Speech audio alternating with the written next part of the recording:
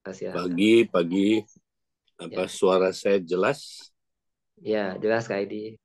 Oke, baik. Ya, hari ini kita lanjut membahas tentang penyembahan, kingdom worship, saudara.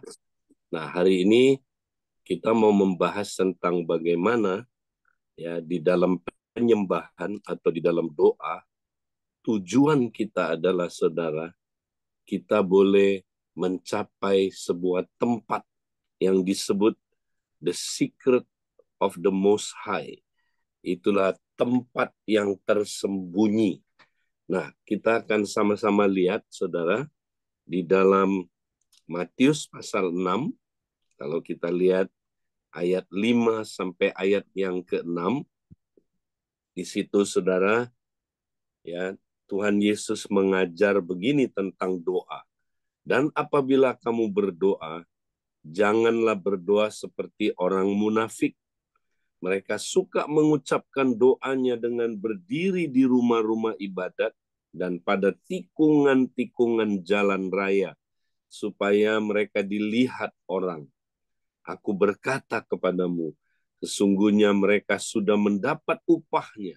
Tetapi jika engkau berdoa, masuklah ke dalam kamarmu, tutuplah pintu dan berdoalah kepada Bapakmu yang ada di tempat tersembunyi, maka Bapakmu yang melihat yang tersembunyi akan membalasnya kepadamu. Nah, saudara, di sini Yesus ajarkan kita, saudara, bagaimana kita memiliki doa yang benar dan efektif. Nah, doa yang benar, saudara, itu harus disertai dengan motif yang benar.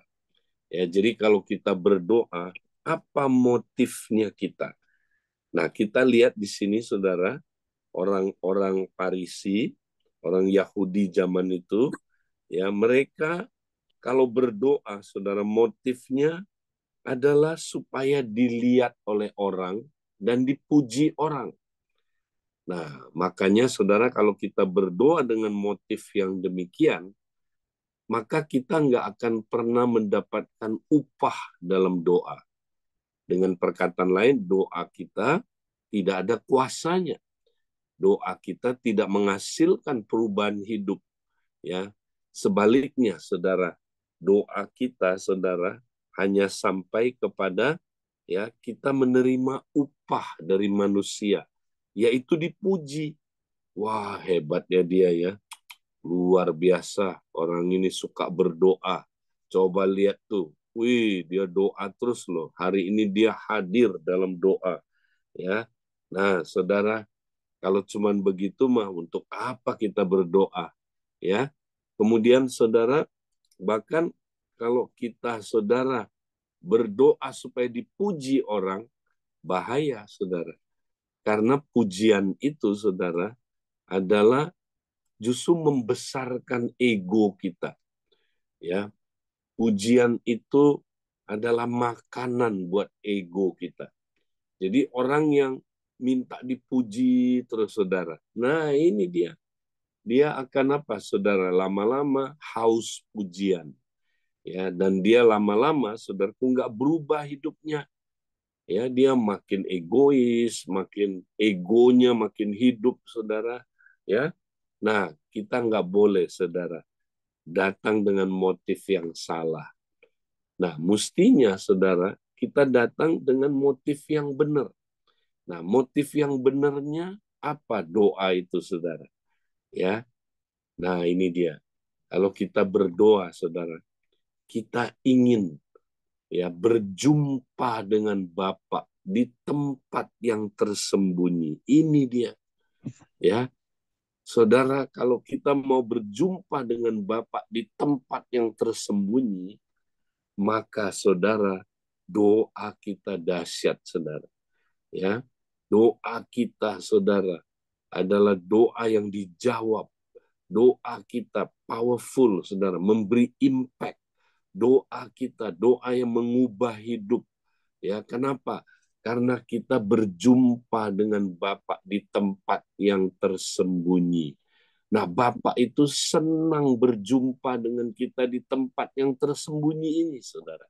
Ya, dia ada di tempat ini dalam pengertian, ya, ini tempat khusus, ya, tempat encounter dengan kita, saudara. Dia mau encounter, berjumpa dengan kita. Ya, bukan berarti Allah nggak hadir di mana-mana, bukan. Tapi ini tempat khusus, tempat encounter. Tuhan mau kita, saudara, ada di tempat ini. Ya, nah tempat ini namanya tempat yang tersembunyi.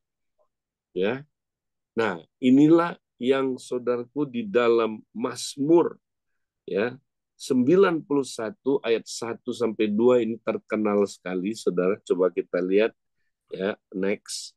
Mazmur 91 ayat 1-2, ya, dikatakan orang yang duduk dalam lindungan yang maha tinggi dan yang bermalam dalam naungan yang maha kuasa akan berkata kepada Tuhan, ya, silakan PowerPoint-nya boleh digeser, ya, ke yang kedua, ya, akan berkata kepada Tuhan, tempat perlindungan dan kubu pertahananku, Allahku yang kupercaya. Ya, ya, silakan sambil nanti digeser PowerPoint-nya. Nah, saya jelaskan Mazmur 91 ini, saudara, ya, adalah Mazmur yang sangat terkenal. Ya, ini Mazmur, ya, yang dipakai oleh saudaraku orang-orang perjanjian lama. Ya, ini salah satu Mazmur yang sangat luar biasa, saudara. Ya, dibilang orang yang duduk dalam lindungan yang maha tinggi dan yang bermalam dalam naungan yang maha kuasa akan berkata kepada Tuhan, tempat perlindunganku dan kubu pertahananku. Ya, saudara, ini adalah tempat yang tersembunyi itu. Kata lindungan di dalam bahasa aslinya, saudara, adalah seder, yang artinya tempat tersembunyi. Ya, tempat tersembunyi, hidden place atau secret place. Ya, he who dwell in the secret place of the Most High shall abide under the shadow of the Almighty. Ya, nah, saudara, ini tempat apa ini, saudara? Inilah tempatnya kediamannya Allah. Ya, inilah tempat yang tadi itu, saudara. Bapak, ya, mau berjumpa dengan kita di sini. Ya, bahkan saudara, ini tempat Tuhan mau kita duduk di sini. Ya, kita bernaung di tempat ini, saudara. Kalau kita duduk di tempat ini dan kita bernaung di tempat ini, maka hidup kita punya keamanan yang luar biasa, saudara. Kita akan aman, dilindungi dari semua, ya, yang ada di sekeliling kita. Dilindungi, saudaraku, kita aman. Ya, makanya kalau saudara terus baca Mazmur 91 ini, wah, ini powerful, saudara. Ya, Mazmur 91 ini untuk sekarang berlaku secara rohani buat kita. Ya, ini penggenapannya adalah, ya, buat kita, saudaraku, secara rohani. Ya, tetapi saudara, nanti Mazmur 91 ini konteksnya nanti, saudara, kalau untuk akhir zaman, waktu Yesus nanti datang kembali, nah ini Mazmur 91 ini akan, saudaraku, digenapi sepenuhnya, saudara. Nanti waktu itulah, saudara, ya, kita akan mendapat perlindungan yang utuh sempurna. Waktu murka Allah dicurahkan atas dunia ini, saudara, waktu itu kita akan dilindungi sepenuhnya, saudara. Ya, kita nggak kena murka Allah itu, saudara. Kita nggak kena malapetaka itu, saudara. Karena ini tempat yang paling aman. Ini adalah apa, saudaraku? Naungan, Ya, ini adalah lindungan. Ini adalah, ya saudaraku, kubu pertahanan kita, tempat perlindungan kita. Ini luar biasa, saudara. Nah, saudara haus nggak, rindu nggak, ya, saudara menemukan tempat ini, ya, saudara haus nggak, rindu nggak, ya, saudara duduk dalam lindungannya maha tinggi, ya, bernaung dalam apa, saudaraku, ya, kepak sayapnya, ya, ini saudaraku adalah tempat yang mestinya kita rindukan, saudara. Jadi saudara tiap hari saudara mesti, ya, saudara menemukan tempat ini, saudara. Ya, kemudian saudara, ya, duduk dalam lindungannya, ya, kemudian saudara bermalam dalam naungan yang maha kuasa ini. Nah, ini tempat, saudara, namanya juga tempat tersembunyi. Karena itu, saudara, ya, orang nggak bisa tahu, saudara. Nah, kita lihat di dalam Mazmur 28 ayat 20 sampai 23. Kita lihat berikutnya, Mazmur Ayub, ya. Ayub 28 20 sampai 23.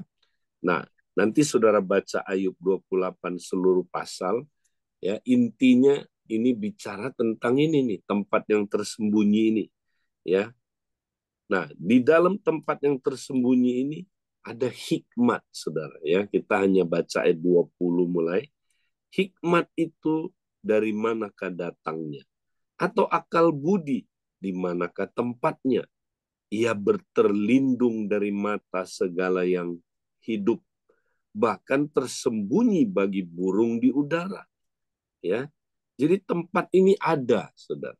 Cuma, ya, orang nggak bisa lihat. Ya, orang, ya, nggak bisa lihat, saudara, di mana dia, ya, tersembunyi, ya, bagi apa, saudaraku, segala mata yang hidup. Wow, ya, jadi kalau saudara baca nanti, ya, semua makhluk baik yang di bumi ini, di atas maupun di bawah air, saudara, katanya nggak bisa, semua makhluk itu nggak bisa melihat hal ini, saudara, ya. Nah, bahkan kebinasaan dan maut berkata, hanya desas-desus yang sampai pada telinga kami. Ya, kami pernah dengar ada tempat itu, ya, tapi kami hanya dengar itu desas-desus. Ya, nah, kebinasaan dan maut juga berkata demikian. Aneh sekali, ya, bicara soal kebinasaan dan maut. Ya, nah, saudara, kemudian ayat 23, Allah mengetahui jalan ke sana. Ia juga mengenal tempat kediamannya. Nya di sini tempat kediaman ini, saudara, ya, tempat tersembunyi ini. Jadi, ya, wow, saudara, ini tempat hanya Allah yang apa mengetahui jalan ke sana. Dia juga mengenal tempat kediamannya, ya, tempat di mana hikmat itu berada, ya, tempat di mana, ya, sebenarnya ini adalah tempat kediamannya Allah, ya, saudara. Nah, ini tempat apa, saudara? Ya, kalau di Perjanjian Baru, saudara. Nah, inilah Kolose pasal yang ketiga. Nah, mari kita lihat berikutnya, Kolose 3. Inilah tempat itu, saudara, tempat yang tersembunyi. Nah, tempat ini adanya, saudaraku, di belakang kayu salib, saudara. Ya, makanya kita suka, saudara, dengar, ya, belakang kayu salib, ya. Nah, di belakang kayu salib ada apa, saudara? Ada sebuah tempat yang tersembunyi, the hidden place, ya. Nah, ini dia, saudara. Ya, kita akan lihat Kolose 3 ayat 1 sampai 3. Karena itu, kalau kamu dibangkitkan bersama dengan Kristus, carilah perkara yang di atas, di mana Kristus ada, duduk di sebelah kanan Allah. Ya, pikirkanlah perkara yang di atas, bukan yang di bumi. Kenapa? Perhatikan, sebab kamu telah mati dan hidupmu tersembunyi bersama dengan Kristus di dalam Allah. Nah, saudara, inilah tempat yang tersembunyi ini. Di mana, saudara? Di mana Kristus ada. Ya, sekarang Kristus ada di mana, saudara? Nah, dia sudah duduk di sebelah kanan Allah, ya, di suatu tempat. Ya, di mana ini, saudara? Ya, inilah tahtanya Allah. Inilah tempat kediamannya Allah, saudara. Ya, Kristus ada di sana, saudara. Nah, tempat ini disebut ya di atas. Nah, kata di atas di sini, saudara, jangan ditafsirkan sebagai geografis, secara geografis. Ya, 3.000 kilometer di atas kita. Bukan. Ya, atas di sini, saudara, adalah dimensi yang lebih tinggi, yaitu dimensi roh. Jadi kalau ditanya tempat ini di mana? Di atas. Nah, itu artinya, saudara, di dalam dimensi roh. Ya, jadi ini tempat makanya nggak bisa ditemukan oleh mata jasmani. Ya, orang nggak bisa lihat tempat ini, saudara. Ya, makhluk-makhluk tadi nggak bisa lihat tempat ini, saudara. Karena tempat ini bukan secara jasmani. Tempat ini adalah tempat rohani. Adanya di atas, ya. Adanya di apa? Tahtanya Kristus, saudaraku, bersama dengan Bapa. Ya, dia duduk bersama dengan Bapa, saudaraku. Ya, Yesus ada di sana, saudara. Nah, lalu hubungannya sama kita apa? Ya, ayat 2 bilang, pikirkanlah perkara yang di atas, bukan di bumi, sebab kamu telah mati dan hidupmu tersembunyi bersama dengan Kristus di dalam Allah.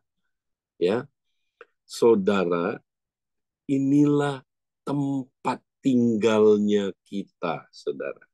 Jadi sebenarnya kita ada di sini, saudara. Di mana? Di tempat yang tersembunyi ini. Ya, kita ada di sini, saudara. Ya, sebab hidup kita katanya tersembunyi bersama dengan Kristus di dalam Allah. Ya, jadi saudara sebenarnya tinggal di sini. Jadi kalau ditanya di mana alamatnya, saya ada di tempat yang tersembunyi ini. Ya, inilah rumah saya. Karena saya berdiam bersama dengan Allah. Ya, Allah itu roh. Jadi saya berdiam bersama dengan Dia. Jadi saudara, roh kita ya itu udah bersatu dengan rohnya Kristus. Ya, saudara, kita bersatu dengan Dia, saudara, bersatu dengan Allah, ya. Nah, apa yang terjadi, saudara? Kita sudah berdiam. Ya, inilah hadiratnya Tuhan, saudara. Ya, jadi kita mesti tinggal di tempat ini, saudara. Ya, kita mesti makanya ya sadar kita ada di tempat ini. Itulah artinya carilah perkara yang di atas. Sadar kamu ya sudah ada di tempat ini. Ya, sadar ya. Pikirkan itu terus, renungkan terus. Wow, saya ada di tempat ini ya. Wow, hidup saya ya rupanya ada di atas ya bersama dengan Kristus, duduk ya bersama dengan Kristus. Itulah hidup saya. Dan hidup saya yang ada di sana itu adalah hidup yang sudah mati. Saya telah mati. Ya, dan hidup saya sekarang tersembunyi. Nah, ini dia, tersembunyi ya. Ada di tempat yang tersembunyi ini. Tersembunyi bersama dengan Kristus di dalam Allah. Wow. Jadi ini dia, saudara. Kita tiap hari, saudara, mesti merenungkan ya bahwa wow, saya ada di situ ya. hidup saya berarti luar biasa ya. Hidup saya di mana yang sesungguhnya? Di situ. Ya. Nah, wow. Jadi hidup saya itu ada di dalam Kristus, bersama dengan Kristus, tersembunyi. Ya. Nah, makanya ya saya nggak perlu lagi mendesain hidup saya. Udah ada hidup saya. Ya. Hidup saya di dalam mana? Di dalam Kristus. Tinggal saya menemukannya. Wow, itu hidup saya luar biasa ya. Jadi saya ada di situ ya bersama dengan Kristus, Saudara. Nah, kita renungin itu terus. Dan hidup saya ini adalah hidup seperti Kristus ya. Hidup saya ini ya, hidup yang dulunya saya ya hidup lama, sekarang saya udah mati. Ya, sekarang saya udah hidup baru bersama dengan Kristus. Terus renungin ini, Saudara. Nah, waktu saudara tinggal di sini, merenungkan ini, saudara, apa yang terjadi, saudara? Maka hidup yang di bumi ini, nah, hidup yang di dalam, ya, secara fisik ini, akan dipengaruhi, saudara. Saudara akan bisa, ya, berubah hidupnya. Barulah hidup Kristus ini dinyatakan dalam tubuh saudara, ya. Nah, kalau kita nggak renungkan ini, saudara, maka hidup kita yang jasmani ini nggak akan ada perubahan. Nah, banyak orang, saudara, yang dia pikirkan bukan perkara-perkara yang di atas, yang dia pikirkan perkara-perkara yang di bumi. Ya, nah, jadi kita mesti berubah, saudara, cara berpikirnya. Nah, kalau kita udah tinggal ya di tempat yang tersembunyi ini, ya kita hidup di tempat yang tersembunyi ini, saudara, maka apa yang terjadi, saudara? Ya, maka barulah kita bisa mempengaruhi ya fisik kita, hidup jasmani kita yang ada di dunia ini. Barulah kita bisa, saudara, mengatasi hal-hal yang ada di dunia ini. Ya, karena saudara, semua yang ada di dunia ini yang kelihatan, saudara, ya di dalam diri kita, ya itu dipengaruhi oleh ya yang ada di sini. Nah, makanya kita mesti, saudara, mengkonekkan apa yang ada di sini dengan apa yang ada di dunia fisik.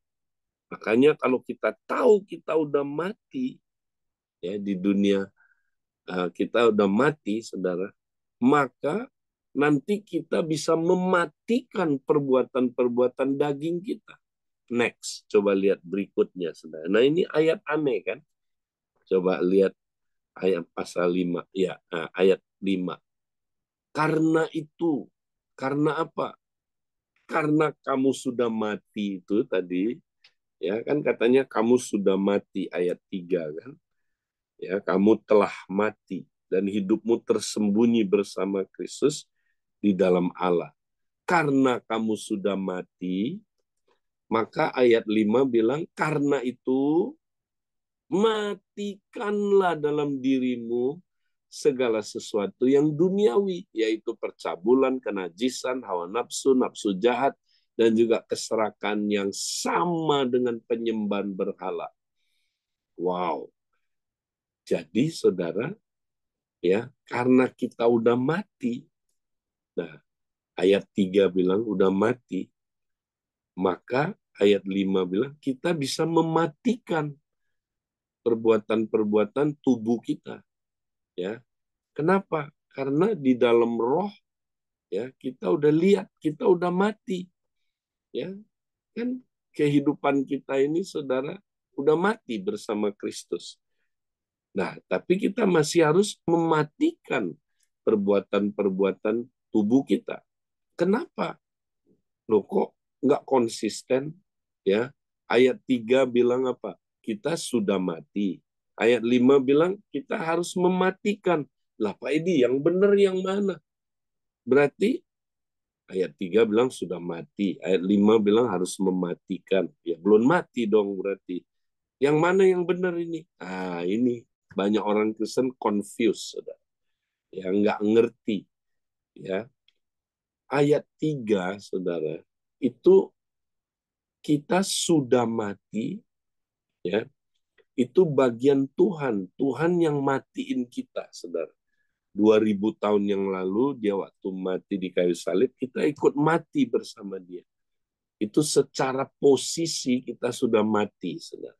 Secara de jure kita sudah mati. Tapi secara de facto, ya, tubuh kita masih ada apa keinginan-keinginan daging tadi, ya, dan apa, saudaraku, kita masih bisa, ya, melakukan dosa, saudara.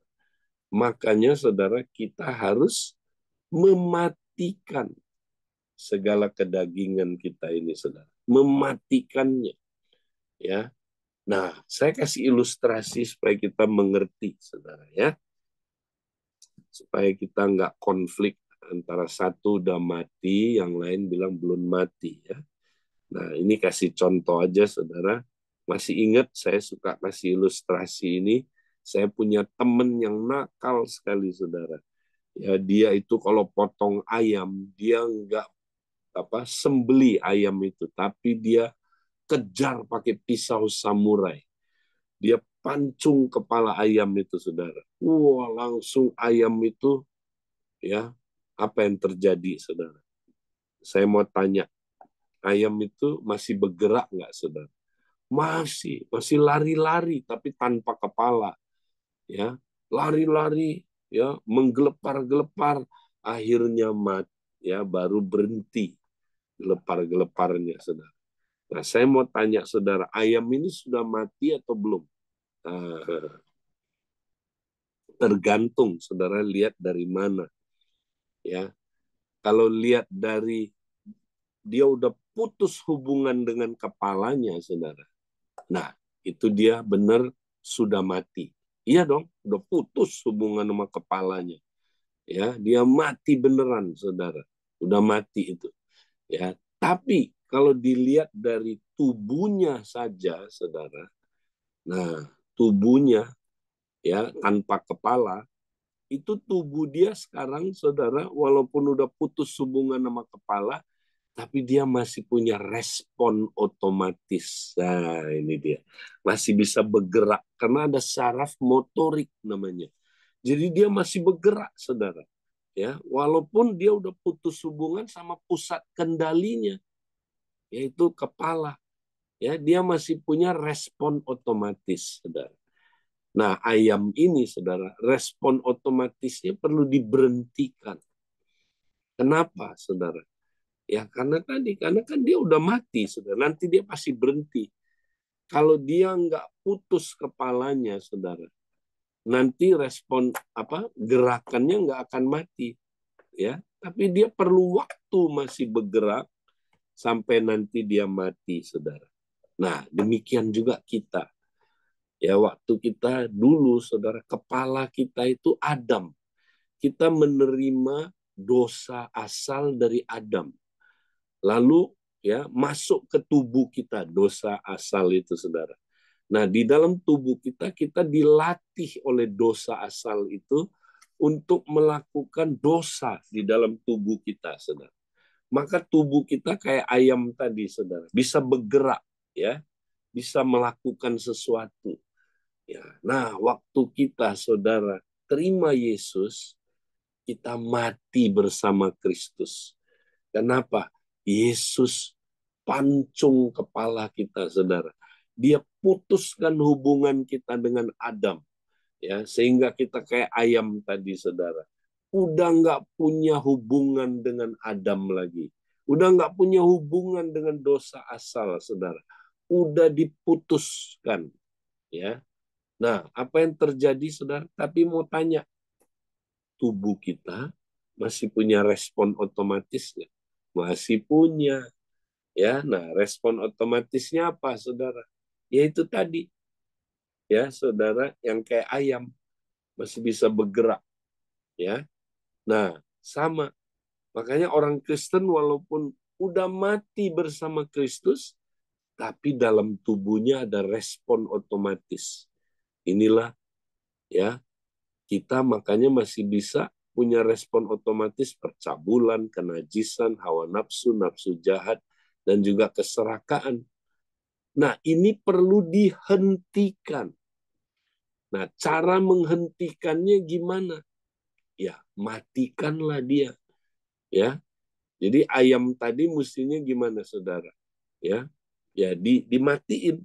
Bisa nggak?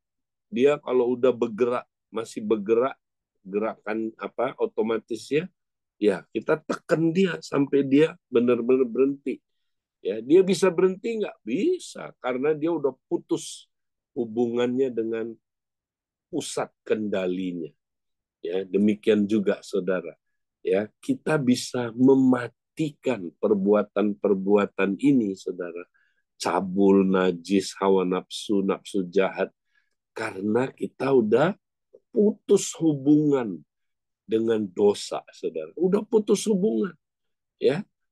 Jadi kita mesti lihat itu, kita sudah mati. Nah, karena kita sudah mati, kita bisa mematikan perbuatan-perbuatan ini, saudara. Nah, itu maksudnya ayat Kolose 3 ini. Ya, jadi saudara, kita nggak bisa mematikan ya kedagingan ini, saudara. Kalau kita nggak lihat dulu di alam roh bahwa saya sudah mati, ya kan Yesus sudah mati buat saya. Baru kita bisa mematikan ini, ya. Nah, kalau kita belum lihat di alam roh bahwa kita sudah mati, saudara, ya makanya kita apa? Mau coba matiin ini kita nggak punya iman, ya. Jadi, oh masa bisa mati sih? Ya ini kan wajar dong orang hidup di dalam dunia ini, ya dikuasai oleh keinginan-keinginan ini. Tidak, saudara. Kita tidak lagi, saudara, itu dikuasai oleh ini. Ya, karena kita udah putus hubungan dengan pusat kendalinya, saudara. Kita bisa mematikan perbuatan-perbuatan ini. Ya, bahkan ayat 8, tapi sekarang buanglah semuanya ini, yaitu marah, geram, kejahatan, fitnah, kata-kata kotor, ya yang keluar dari mulutmu. Janganlah kamu, ya dikatakan apa, saudara, saling mendustai karena kamu telah menanggalkan manusia lama serta kelakuannya. Tuh, ya. Jadi kita bisa meninggalkan dosa-dosa ini, saudara. Kalau kita terus, ya, pikirkan perkara-perkara di atas, ya, di mana ya kita berada secara posisi rohani, saudara. Ya, makanya kita mau tinggal di tempat yang tersembunyi ini terus, ya. Dari situ kita menjalankan kehidupan kita. Dari situ kita mengalahkan dosa. Dari situ kita mengalahkan musuh-musuh kita. Dari situ kita, saudara, mendapatkan sumber kehidupan kita. Dari situ kita, saudaraku, menghidupi hidup ini. Dari situlah kita, saudara, ya akan menjalankan seluruh kehidupan kita. Maka saudara, hidup saudara pasti berbeda. Ya. Nah, mari saudara. Ini yang kita harus dapat pencerahan. Ya, kalau kita tiap hari, ya saudara, kita menemukan tempat ini. Ingat saudara, kita sebenarnya udah ada di sini. Ya, kita udah ada secara roh. Hanya kita perlu ya menyadarinya. Nah, itu menyadarinya. Ya, jadi kita sudah ada di sini, kita yang kita perlu menyadari. Ya. Karena ini tempatnya tersembunyi, Saudara. Jadi kita ya harus ada usaha sampai kita bisa menyadarinya, Saudara. Tiap hari kita mesti makin sadar, aku ternyata hidupnya ada bersama Kristus di dalam Allah. Ya, dan hidupku ini hidup yang sudah mati dulu. Aku sudah mati terhadap kedagingan, aku sudah mati terhadap dosa, Aku sudah mati terhadap kuasa gelap. Aku sudah mati ya terhadap ego. Aku sudah mati ya. Sekarang aku hidupnya beda. Aku hidup di dalam Kristus, in Christ. Nah, mari saudara, kita mau praktek ini ya. Tiap hari saudara ya harus menyadari tempat kediaman saudara di mana. Tuhan memberkati saudara. Saya mau kembalikan ke teman-teman yang sedang bertugas, silakan. Oke, Kak Edi. Silakan teman-teman, ada yang mau meneguhkan atau bertanya, Kak Edi siap menjawab. Ya. Silakan Bapak Ibu. Kalau ada ayat tadi Kak Edi, maksudnya bisa dikatakan Kak Edi, maksudnya akar dari dosa itu penyembahan berhala Kak Edi. Ya, jadi dikatakan di situ tadi ayat yang kelima ya. Iya. Nah, ayat 5 dikatakan, yaitu karena itu matikanlah dalam dirimu segala sesuatu yang duniawi, yaitu percabulan, kenajisan, hawa nafsu, nafsu jahat, dan juga keserakaan yang sama dengan penyembahan berhala ya. Jadi ini memang kalau secara gramatik yang sama dengan penyembahan berhala itu keserakaan ya. Jadi serakah itu artinya gini ya. Jadi kita, kenapa serakah itu disebut penyembahan berhala? Jadi gini, kita menganggap sesuatu itu bisa memuaskan hidup kita. Ya, ini adalah salah satu definisi penyembahan berhala.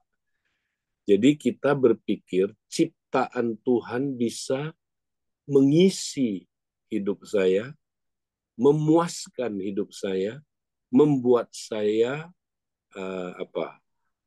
bahagia. Ya, misalnya gini, saya percaya uang bisa memuaskan hidup saya. Uang bisa ya memenuhi hidup saya. Uang bisa ya membuat saya bahagia. Kalau saya percaya begitu, berarti saya sudah nyembah berhala. Berarti saya menganggap ya uang itu adalah seperti Tuhan karena dia penting sekali.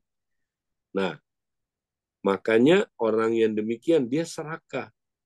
Ya, dia pengen banyak dapat uang supaya dia makin bahagia.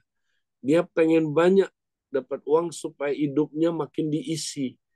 Ya, dia makin pengen dapat uang banyak supaya ya dia itu hidupnya apa? Ya, hidupnya bisa ya itulah bahagia tadi itu. Ya. Jadi itu penjelasannya tentang kenapa ya keserakan itu sama dengan penyembahan berhala. Jadi ingat, kita tidak ada ciptaan Tuhan yang bisa memenuhi kita, memuaskan kita, mengisi kekosongan kita. Hanya pencipta yang bisa mengisi kekosongan kita, memuaskan kita, membuat kita bahagia.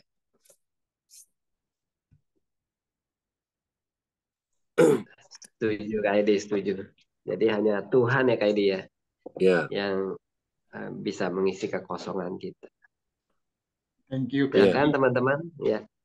Ya, thank you buat pencerahannya nih firman pagi ini, bagaimana kekuatan kita ya melekat kepada Tuhan. Ya, kan Tuhan maha hadir, tapi apakah dia menyatakan kehadirannya? Ya, tempat tersembunyi inilah kita bisa mengalami kehadiran Tuhan. Ya, seperti Yesus ya kayak dia. Yesus kan benar-benar dia dengan Bapa itu dekat ya, maksudnya waktu tersembunyinya ada gitu ya. Pagi ya, pagi-pagi masih gelap, Yesus dia bangun dan cari tempat yang sunyi untuk berdoa kepada Bapa. Bahkan malam pun firman juga katakan ya, ketika malam hari Yesus pun ketika hari sudah malam dia sendirian di situ ya kan. Hmm. Orang banyak meninggalkan, suruhnya pulang ya. Tapi Yesus naik ke bukit untuk berdoa seorang diri. Bahkan siang pun juga ya. Ketika hari Iya. siang di Lukas 4:42 berangkat dan pergi ke suatu tempat yang sunyi pada siang hari. Tapi banyak orang mencari dia pada siang-siang itu. Karena Yesus Hmm. mencari tempat yang tersembunyi. Ya, jadi luar biasa sekali bahwa setiap kita kekuatan kita ya itu ya Pak Edi.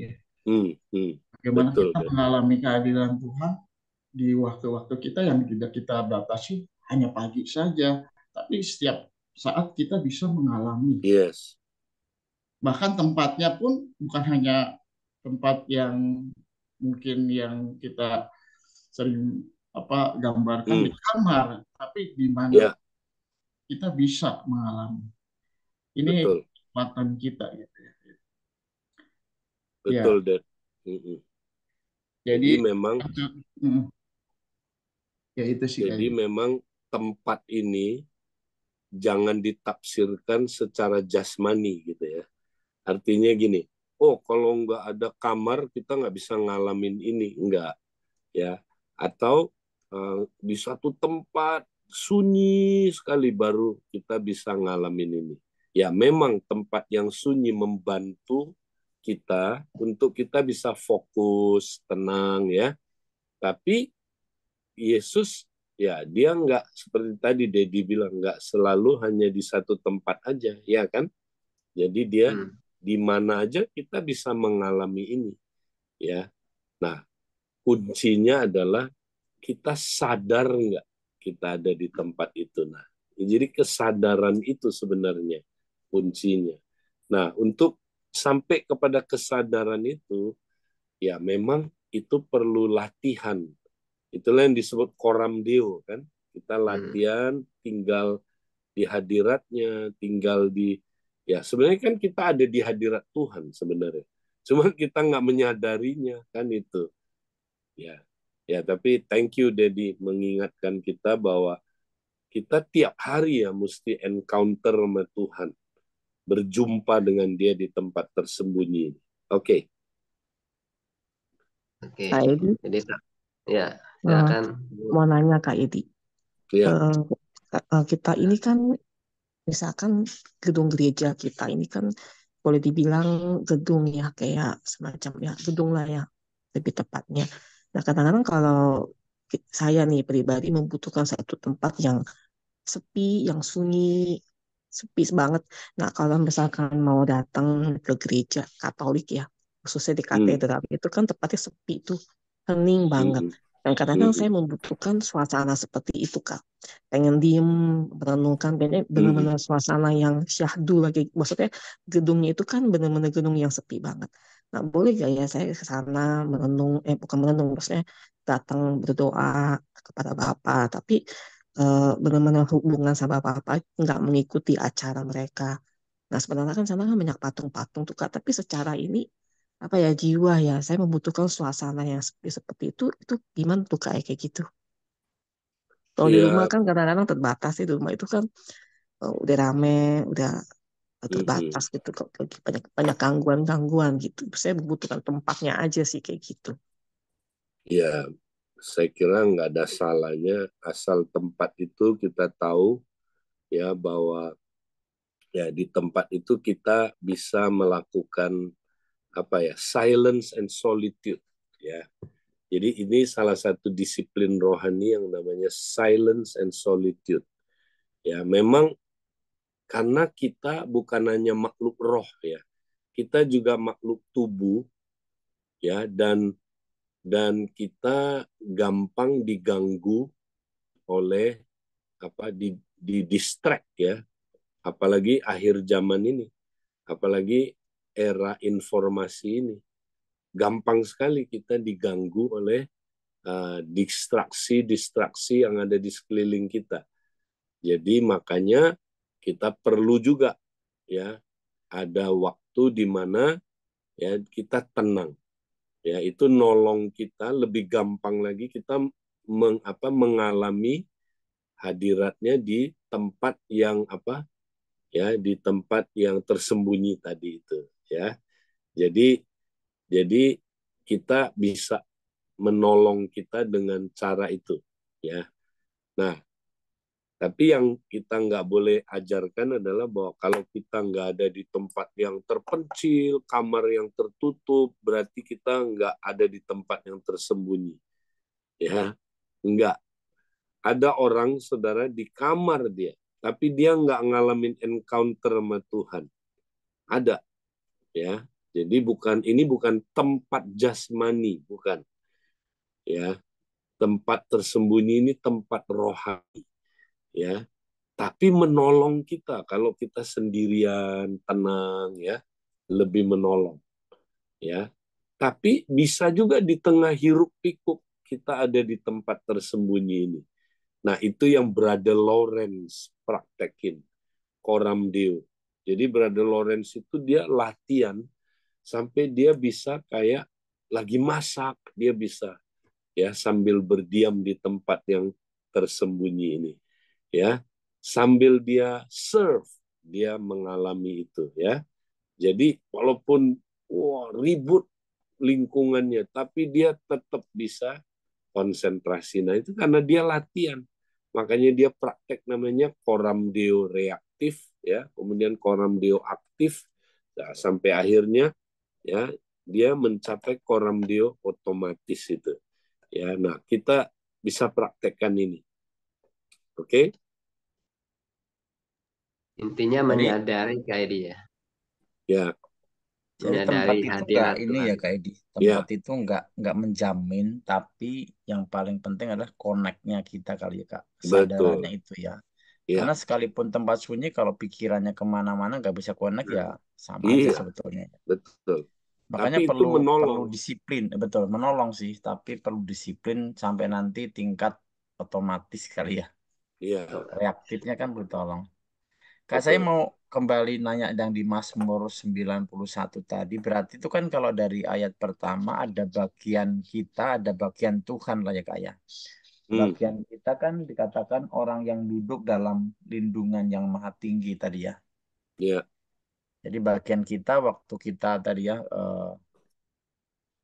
menyiapkan waktu datang sama Tuhan. Maksudnya hmm, mendisiplin diri kita untuk eh, bersekutu dengan Tuhan, kita baru bisa merasakan bahwa pertolongan perlindungannya kali ya, itu bagian kita yang bagian Tuhan itu hmm, kali Tuhan melindungi ya kak ya. ya. Jadi kita sadar, sebenarnya lebih tepat kita sadar, wah, Mhm, saya sebenarnya udah ada dalam roh ya bersama dengan Tuhan. Wow, ini rumah saya ini Tuhan. mhm, Tuhan, saya tinggal di sini. Itu sebenarnya tindakan realnya kan seperti itu ya. Eh, Nah, sebenarnya kita dalam roh sudah ada kan. Kita sudah mhm. duduk bersama Kristus di tempat di tahtanya itu ya. Kita sudah ada di situ dalam roh ya. Nah, makanya kita terus renungin itu, pikirkanlah itu. Ya, itulah yang disebut pikirkan Mhm. perkara-perkara yang di atas. Ya. Jadi kita terus pikirkan, wow, posisi saya luar biasa ya. Saya bersama Kristus loh, hidupnya Mhm. bersama Kristus ya. Dan ada di dalam Allah dan hidup saya yang lama sudah mati. Wow, puji Tuhan. Nah, itu Jadi pikirkan terus itu. kesadarannya yang perlu terus harus dibangun ya kak. Ya, Oke. Iya, setuju Kak. Jadi kita oke, mesti sadar terus ya kayak dia, bahwa betul. Tuhan bersama kita kayak dia. Ya, Iya, iya, gitu. Oke, Bapak Ibu ada lagi yang lain?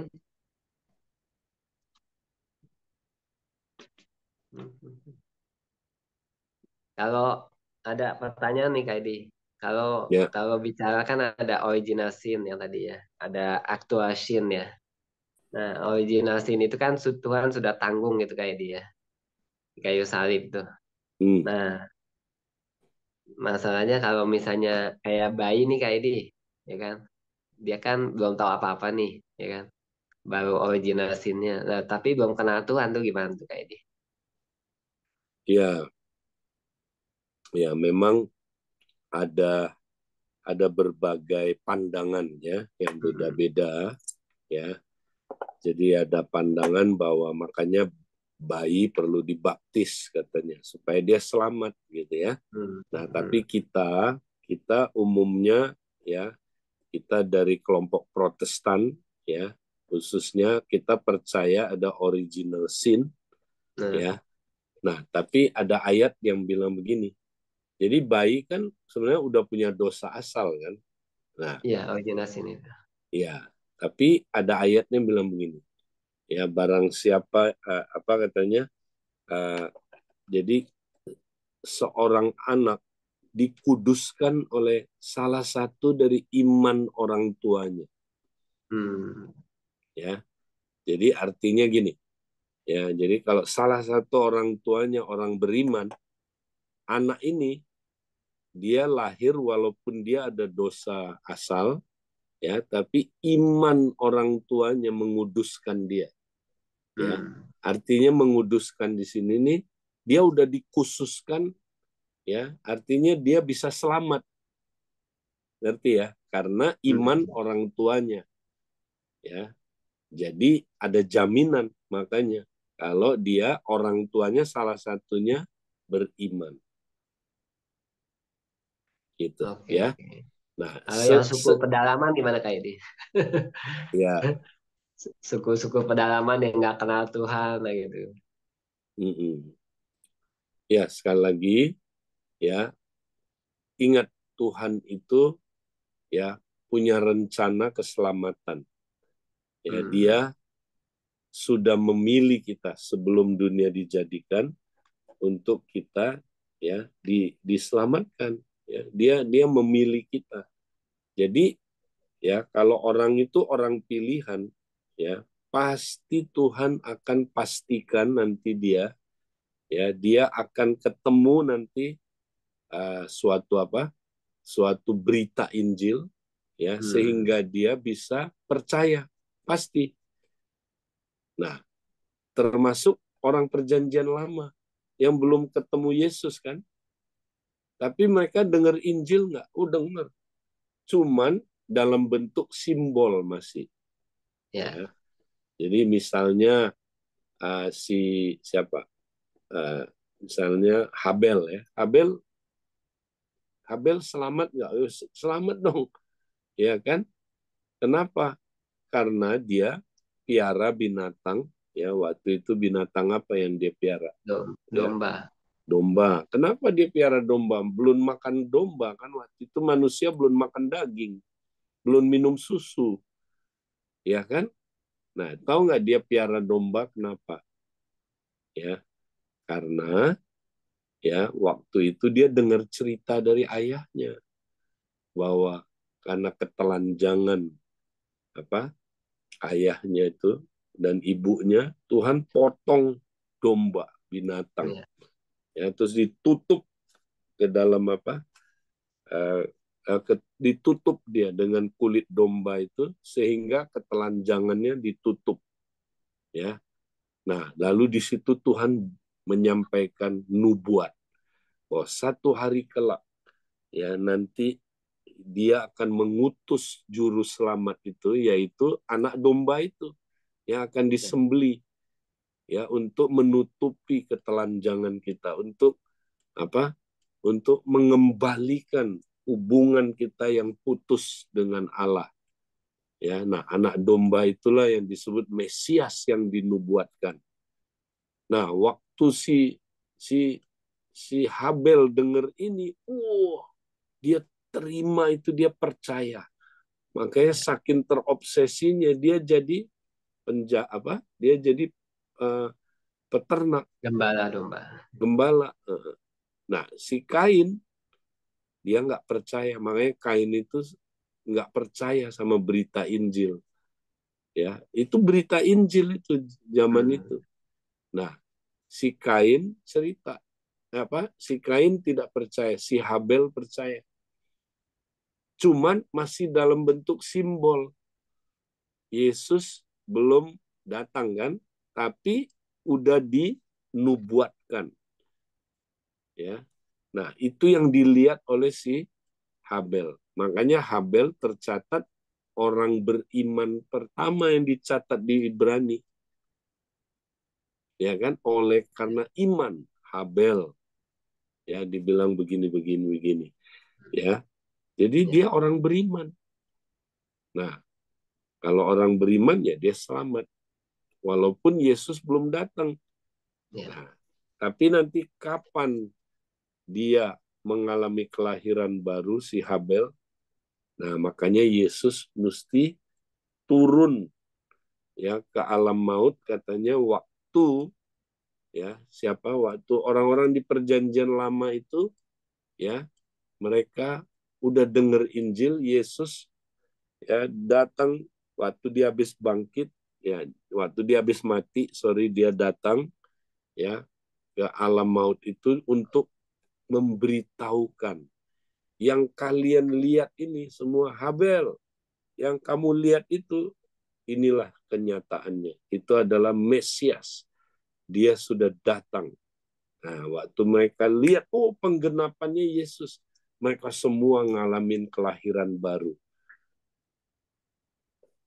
Ya, itu dia. Ya. Oke, kayak ini. Oke, Bapak Ibu, ada lagi yang mau bertanya? Kalau tidak ada, berarti Oke, kita doa ya. Iya, Kak Edi, silakan Kak Edi. Bapak, kami bersyukur kami boleh hari ini mendapat lagi pencerahan tentang perjumpaan secara pribadi dengan Engkau. Kami mau terus Bapak berjumpa dengan Engkau di tempat yang tersembunyi ini. Kami haus akan hubungan dengan Engkau Bapak. Terima kasih. Biarlah pagi ini Tuhan berkati kami yang sudah kumpul di Zoom ini Tuhan. Dan sebentar kalaupun kami kembali ke kegiatan kami sehari-hari ataupun kami mau praktekkan kompak Tuhan, biar kami terus membangun hubungan Tuhan. Terima kasih dalam nama Tuhan Yesus. Kami sudah berdoa dan kami berdoa untuk berkat-Mu Tuhan. Terimalah saudara berkat dari Tuhan, Allah Bapa, cinta kasih dari Tuhan Yesus Kristus, persekutuan dalam Roh Kudus menyertai kita sekarang sampai selamanya. Amin. Amin. Makasih Kak Edi. Baik. Makasih Kak Edi. Terima kasih Kak Edi. Makasih Pak Oke Edi. Bapak Ibu, kita ketemu lagi hari Senin. God bless you semuanya.